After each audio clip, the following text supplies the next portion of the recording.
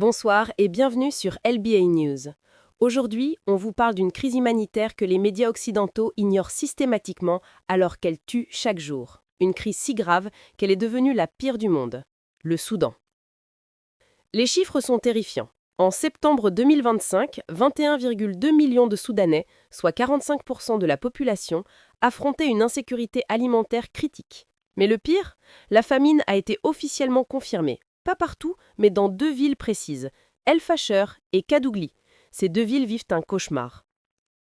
Concentrons-nous sur El Fasher. Cette ville a été assiégée pendant 18 mois par une milice paramilitaire appelée les Forces de soutien rapide, les FSR.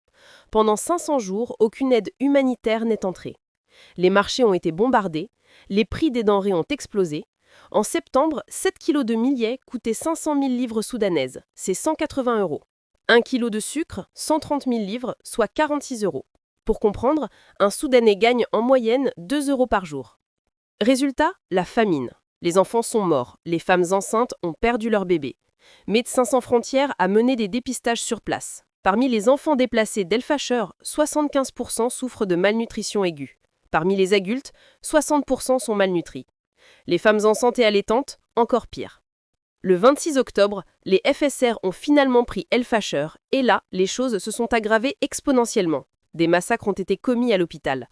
L'Organisation mondiale de la santé rapporte que les FSR ont tué 460 personnes dans cet hôpital en quelques jours. Des patients, des médecins, des infirmières, massacrés de sang-froid. L'OMS a déclaré être consternée et profondément choquée. Mais ce n'est pas tout. 100 000 personnes ont fui El Fasher dans les semaines qui ont suivi. Elles ont traversé le désert à pied, affamées, terrifiées. Elles rapportent avoir été attaquées par les FSR sur les routes. Des viols, des vols, des exécutions. Des enfants sont morts de faim ou de soif pendant le voyage. Pourquoi tout cela ? La guerre civile qui dure depuis avril 2023 entre l'armée soudanaise et les FSR. Deux factions qui se battent pour le contrôle du pays. Et entre eux, 30 millions de civils qui crèvent de faim. Les FSR sont accusés de crimes de guerre, génocide contre les communautés non arabes, massalites, Four et autres groupes ethniques. Une enquête de la Cour pénale internationale est en cours. Mais pendant ce temps, les tueries continuent, les violences sexuelles continuent. Et les médias occidentaux parlent de Trump, de Rashoggi, de Gaza, mais jamais du Soudan. Et maintenant, la situation empire. Le Programme alimentaire mondial de l'ONU avertit.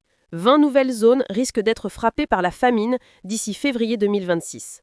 Grand Darfour, Grand Kordofan, camps de déplacés, partout. L'ONU demande 600 millions de dollars en aide d'urgence. Pas reçu. Les budgets humanitaires se tarissent, les crises se multiplient et le Soudan est le grand oublié. Pire, les combats continuent. Tant que la guerre n'arrête pas, la famine ne stopperait pas. Et il n'y a aucun accord de paix en vue. Le Soudan compte maintenant le plus grand nombre de personnes déplacées du monde, 10 millions de PDI, plus 2,2 millions de réfugiés. Ce ne sont pas juste des statistiques, ce sont des familles entières, sans maison, sans nourriture, sans avenir. Pourquoi personne n'en parle ? D'abord, l'accès. Les journalistes ne peuvent pas entrer, les communications sont coupées. Les vidéos qui sortent d'El Fasher sont chaotiques, difficiles à vérifier. Les gouvernements occidentaux minimisent l'ampleur de la crise. Deuxièmement, l'indifférence. Le Soudan n'a pas d'intérêt géopolitique majeur pour l'Occident. Pas de pétrole à perdre, pas d'alliance stratégique à défendre. C'est l'Afrique, et l'Afrique compte moins que le Moyen-Orient. Troisièmement, la fatigue médiatique. Trop de crises, trop de guerres.